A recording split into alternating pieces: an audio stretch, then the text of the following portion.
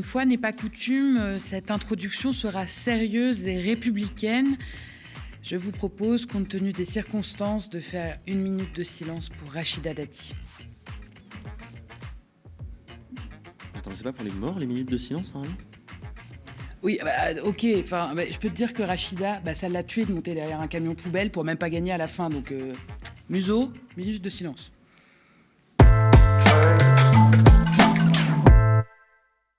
Bonjour et bienvenue dans le récap. Nous sommes le lundi 23 mars, au lendemain des municipales 2026. Et moi, je sais pas pour vous, mais je me suis quand même réveillée avec un drôle de sentiment ce matin, un genre de gueule de bois, mais sans l'expresso martini. Vous voyez un peu le genre ? Oui, il faut dire que lire ce scrutin à l'échelle nationale, ça relève presque de la contorsion. Pas de raz-de-marée évident, pas de grand gagnant. Donc, chacun improvise sa petite victoire. Et allez écouter, c'est simple. Tout le monde a triomphé, tout le monde est content, ou presque. Chacun s'accroche à l'indicateur qui l'arrange et proclame le succès. Au final, on se retrouve avec une drôle de situation où personne ne perd, mais où personne ne gagne vraiment non plus. Alors, jetons quand même un œil de plus près. Comme toujours, avant le scrutin, les médias mainstream et les sondeurs nous avaient vendu une vaste vague brune.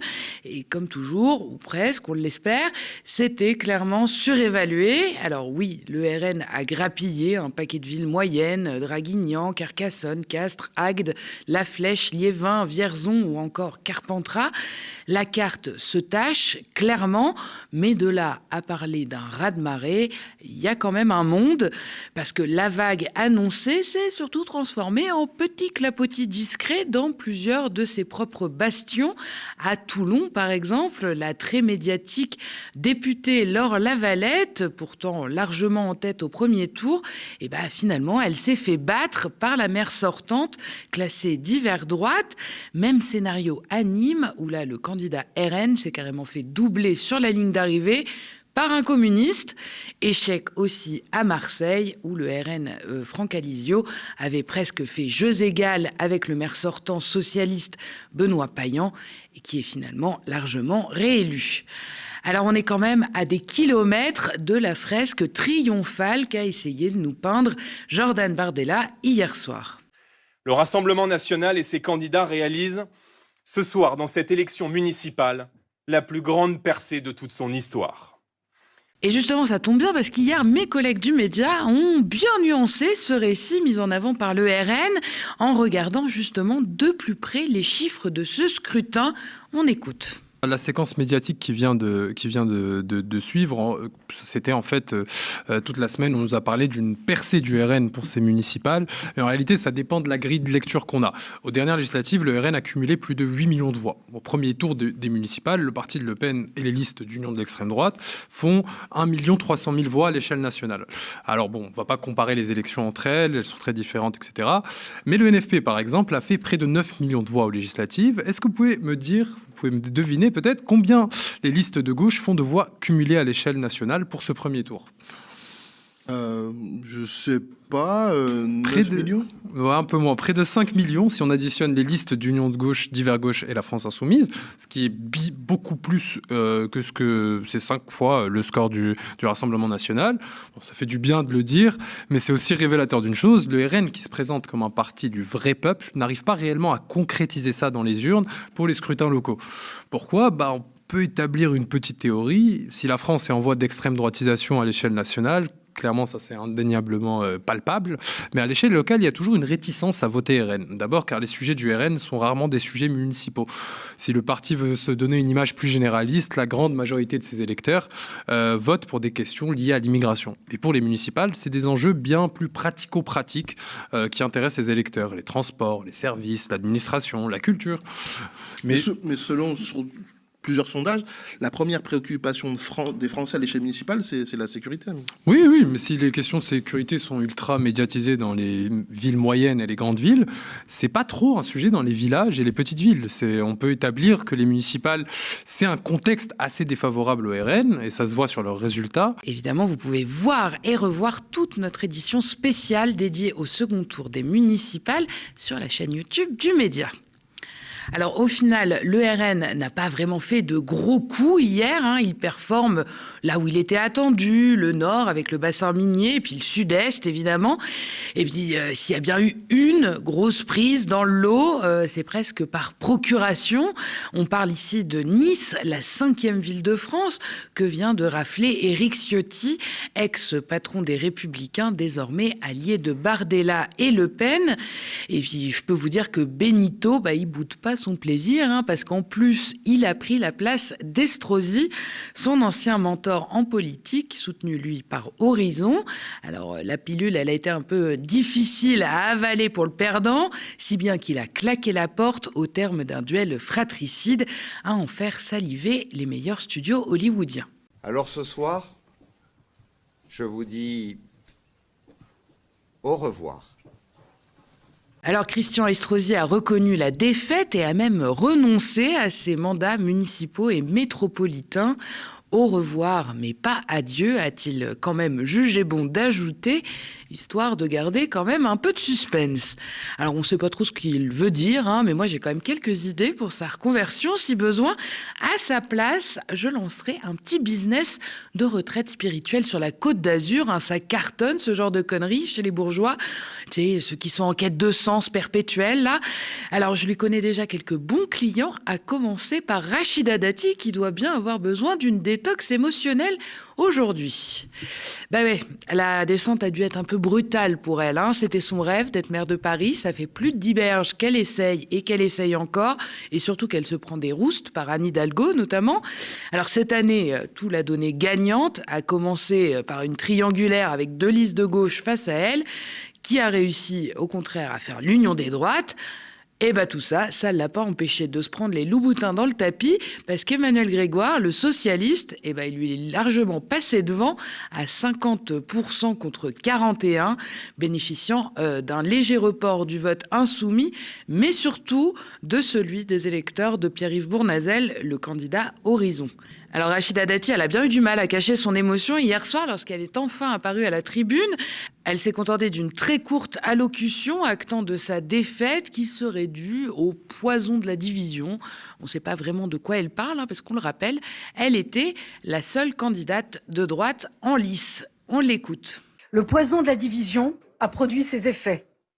Même si je dois saluer toutes celles et tous ceux qui ont sincèrement appelé à voter pour moi au second tour.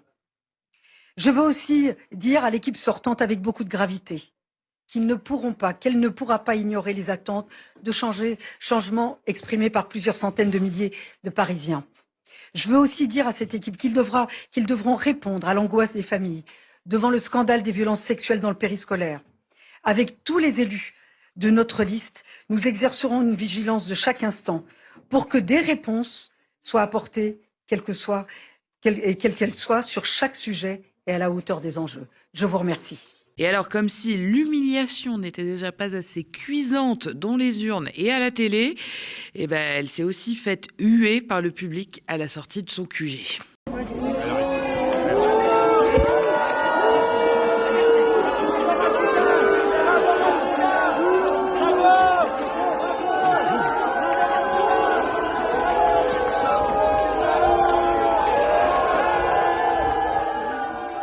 La sale soirée pour Rachida quand je vous dis qu'elle a bien besoin d'une petite session yoga sur les galets de la plage de Nice. En attendant, reste à voir comment elle va se relever et peut-être rebondir après tout ça. Et contrairement à Estrosi, vous noterez qu'elle a bien pris soin d'éviter de se prononcer sur la question dès hier soir. Alors, elle n'est sûrement pas la seule à encaisser le coup dur de la défaite à Paris. Emmanuel Macron avait également misé sur elle, tout comme évidemment les Républicains qui rêvaient de rafler la capitale. Faut dire que ça aurait sauvé les meubles, parce que la moisson des municipales est plutôt chiche pour eux. Mais pas de panique, le patron est quand même content. Ce soir, une réalité s'impose. Nous sommes toujours, et plus que jamais, la première force politique locale en France. Ah bah c'est quand même vraiment inédit, cette élection, il n'y a que des gagnants, on n'a jamais vu ça. Mais enfin, derrière le vernis souriant de Bruno Retailleau, LR continue de patauger, comme lors de toutes les dernières élections. Le parti perd 2 bastions, Nîmes et Saint-Étienne, et LR échoue à conquérir donc Paris, mais aussi Lyon, Nantes, Marseille. Pas de victoire symbolique flamboyante, donc. Le parti garde péniblement la tête hors de l'eau grâce aux villes moyennes où il parvient à reconduire ses maires. Au passage, il glane toutefois Brest et Clermont-Ferrand. Et c'est là quand même qu'on voit toute la porosité des électorats de droite et d'extrême droite.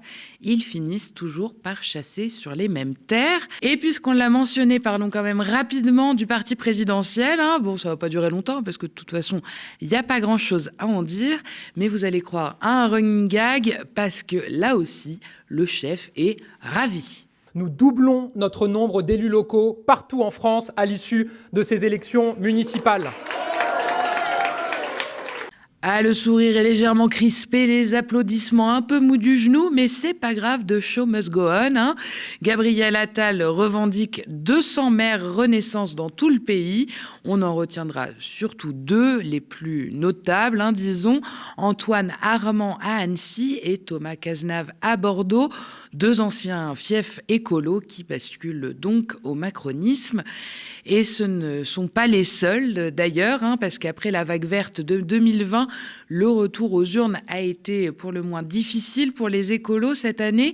Presque toutes leurs conquêtes leur ont été reprises. On a parlé d'Annecy et de Bordeaux, mais il y a aussi eu Strasbourg, tombé avec Catherine Trottmann, Poitiers raflé par un centriste, et puis également Besançon qui fait volte-face en mettant la droite au pouvoir, une première depuis plus de 70 ans là-bas. Le parti de Marine Tondelier n'a pas réussi donc à s'emparer de Lorient, qui reste ancré à droite, avec notamment le soutien des macronistes. Il parvient néanmoins à conserver 3 grandes villes, Tours, Grenoble et surtout Lyon, qui fait office de cache-misère pour le reste. Alors, dans ces 3 cas, il s'agissait de listes d'union, y compris à Lyon, où le maire sortant avait fusionné avec LFI entre les 2 tours. Mais cette stratégie d'alliance n'a pas porté ses fruits partout. On l'a dit, à Strasbourg, la sortante Jeanne Barserguian avait également uni sa liste à LFI, tout comme Léonore Monconduit à Poitiers, le tout sans succès. Alors pour le coup, face à ce tableau, Marine Tondelier n'a pas revendiqué de victoire comme les autres qu'on a vus avant. En revanche, elle a passé son coup de gueule et réglé ses comptes avec le PS et LFI. Ce que je veux dire aux électeurs de gauche ce soir, c'est que je suis désolée du spectacle que nous avons donné depuis des mois, où il y a eu une bataille entre une partie du PS et la France Insoumise pour être les rois du cimetière. Ce soir, c'est le cimetière. C'est franchement les gauches irréconciliables. Les gauches irréconciliables ont obtenu leur victoire, mais c'est la gauche qui a perdu. Ah oui, les fameuses gauches irréconciliables, encore elles, comprenez évidemment LFI et le PS, qui n'ont eu de cesse de se taper dessus depuis des mois, et particulièrement pendant cette campagne. Et oui, c'est d'elle que parle Marine Tondelier, Marine Tondelier qui est l'arbitre de l'union autoproclamée, mais qui n'a quand même pas hésité à s'allier, elle, à certains plutôt qu'à d'autres, comprenez, plutôt au PS qu'à LFI, rappelons-le quand même au passage. Alors, gauche irréconciliables qui ont tout de même parfois réussi à s'entendre au second tour et donc à nouer des alliances. Ces stratégies ont des résultats à géométrie variable, entre en cause évidemment la sociologie électorale locale, les candidats en lice, mais aussi les résultats du premier tour et les réserves de voix. Résultat à Nantes, la fusion LFI-PS a offert la victoire comme à Grenoble, Lyon ou Tours, alors qu'à Toulouse, Limoges ou Besançon, elle n'a pas porté ses fruits comme attendu. Alors, il faut quand même dire qu'il y a des électeurs de gauche que ça déroute, d'un côté comme de l'autre, de s'allier avec un parti qu'on a gentiment appris à haïr pendant des mois.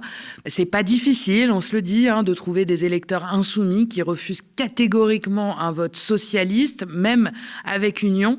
Et la réciproque est tout aussi valide. En tout cas, ne vous inquiétez pas, si vous étiez paumé dans tout ça, sachez que les hostilités ont officiellement repris. C'est la fin de la trêve municipale. La réalité, c'est qu'il n'y a pas eu de percée de la France Insoumise et qu'ils ont gagné quelques villes, et quand ils les ont gagnés contre le reste de la gauche et non pas contre la droite. Et y compris Jean-Luc Mélenchon au second tour. Alors à gauche, la guerre des récits fait particulièrement rage. Les socialistes se réjouissent des défaites sous alliance, enfin pour la plupart. Ils y voient la preuve de leur ligne stratégique de distanciation avec les insoumis. LFI de son côté revendique des percées, notamment dans les banlieues populaires, et dénonce en retour le sabotage du PS dans les alliances. Et hier soir, Manuel Bompard, le coordinateur de la France Insoumise, a notamment pointé une vague dégagiste et un recul de la gauche traditionnelle au profit de la gauche de rupture. De manière plus générale, on assiste à une vague dégagiste, avec la défaite annoncée de plusieurs sortants, notamment issus du Parti socialiste ou des écologistes. Le désaveu populaire au premier tour était bien trop fort pour que la France insoumise, qui a partout œuvré à la victoire de la gauche, puisse permettre leur victoire au second tour.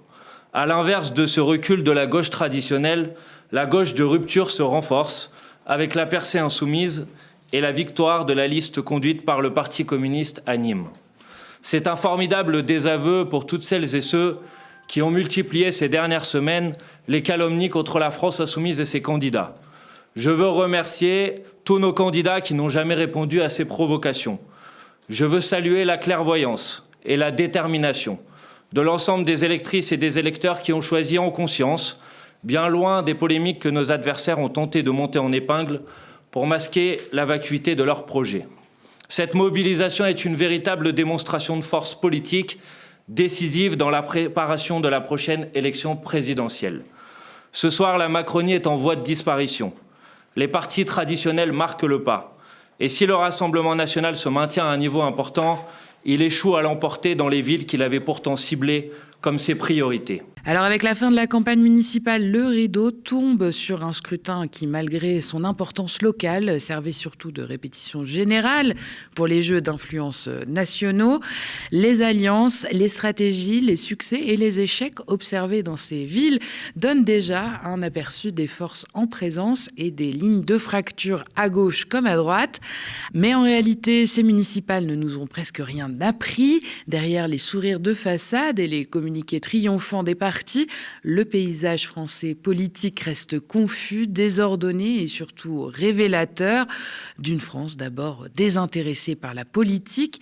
La participation illustre parfaitement d'ailleurs ce désintérêt. Seulement 57% des électeurs se sont déplacés, un chiffre record pour un second tour de municipal, certes supérieur à 2020 pendant le Covid, mais en recul de 5 points par rapport à 2014.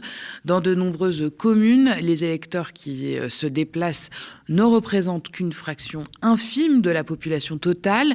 À Mulhouse, par exemple, comme le note Mediapart, un centriste élu a été choisi par à peine 10% des inscrits. La légitimité démocratique de ces élus en sort donc sérieusement questionnée. Et puis à cela s'ajoute un autre constat tout aussi évident. L'électorat français est profondément divisé et assez imprévisible, capable de basculer d'un bord à l'autre, d'une ville à l'autre, de se montrer enthousiaste pour une alliance un jour et de la rejeter massivement le lendemain, rendant illusoire toute lecture simple et uniforme des résultats. Ces municipales ont surtout confirmé un constat ancien mais accablant. La démocratie locale, voire la démocratie tout court, est en panne en France et toutes les grandes manœuvres stratégiques nationales n'y changent rien. La présidentielle à venir s'annonce donc déjà comme un champ de mines et les premiers coups sont prêts à pleuvoir. Et on fait une petite pause avant de continuer avec le reste de l'actualité. Si vous aimez le récap et que vous avez envie qu'on discute ensemble, de connaître les coulisses de l'émission ou même de choisir et de proposer des sujets, je vous attends sur le canal de discussion Instagram. Le lien pour le rejoindre est dans la barre d'infos. D'ailleurs, sans vous, vous le savez, pas de récap et puis pas de médias non plus. Depuis plus de 8 ans, notre chaîne télé tient bon en indé dans un paysage audiovisuel toujours plus concentré et réactionnaire. Chaque jour, nos plus de 25 travailleurs et travailleuses mènent courageusement la bataille de l'info. Mais pour continuer, nous avons besoin de vous. Notre antenne, notre histoire, c'est vous qui la faites vivre. Alors aidez-nous à continuer à vous informer. Abonnez-vous aux médias ou faites un don défiscalisé. Toutes les infos sont sur notre site internet. Et vous le savez, depuis quelques jours, grande nouvelle, en plus de Free, Molotov, YouTube et notre site, retrouvez tous nos programmes sur la télé d'Orange, canal 235. C'est un personnage qui a marqué l'histoire de la politique française. Lionel Jospin est décédé à l'âge de 88 ans, a annoncé sa famille aujourd'hui. Figure majeure du socialisme français, il a été l'ancien premier secrétaire du PS, mais aussi ministre de l'Éducation nationale sous François Mitterrand, puis premier ministre de Jacques Chirac entre 1997 et 2002 dans le cadre de la cohabitation. Lionel Jospin laisse l'image d'un homme d'État austère, rigoureux et profondément attaché à l'idée républicaine. Son passage à Matignon a été marqué par des avancées importantes, comme la mise en place des 35 heures, des emplois jeunes, de la couverture maladie universelle ou encore du PAX. Par deux fois candidat à l'élection présidentielle en 1995 puis en 2002, il reste aussi associé à l'un des plus grands séismes politiques de la Ve République, son élimination dès le premier tour le 21 avril 2002 derrière Jacques Chirac et Jean-Marie Le Pen. Cet événement a conduit à son retrait immédiat de la vie politique. Jusqu'à ces dernières années, Lionel Jospin a continué d'intervenir dans le débat. Après l'annonce de sa mort, les hommages se sont multipliés. Emmanuel Macron a salué un grand destin français qui incarnait une haute idée de la République. À gauche, Jean-Marc Ayrault parle d'un grand monsieur, Boris Vallaud d'un modèle et Bertrand Delanoë d'un homme qui a fait honneur à la République. C'est le retour de la commission d'enquête sur l'audiovisuel public et cette fois, c'est le milliardaire Vincent Bolloré qui sera auditionné demain, mardi 23 mars, au titre de sa participation au capital de la société de production Banijé, dont il est le principal actionnaire financier. Alors Banijé, c'est l'une des principales sociétés de production avec laquelle travaille notamment France Télévisions. L'entreprise fournit plusieurs émissions du service public comme Fort Boyard ou encore N'oubliez pas les paroles, présentée par Nagui.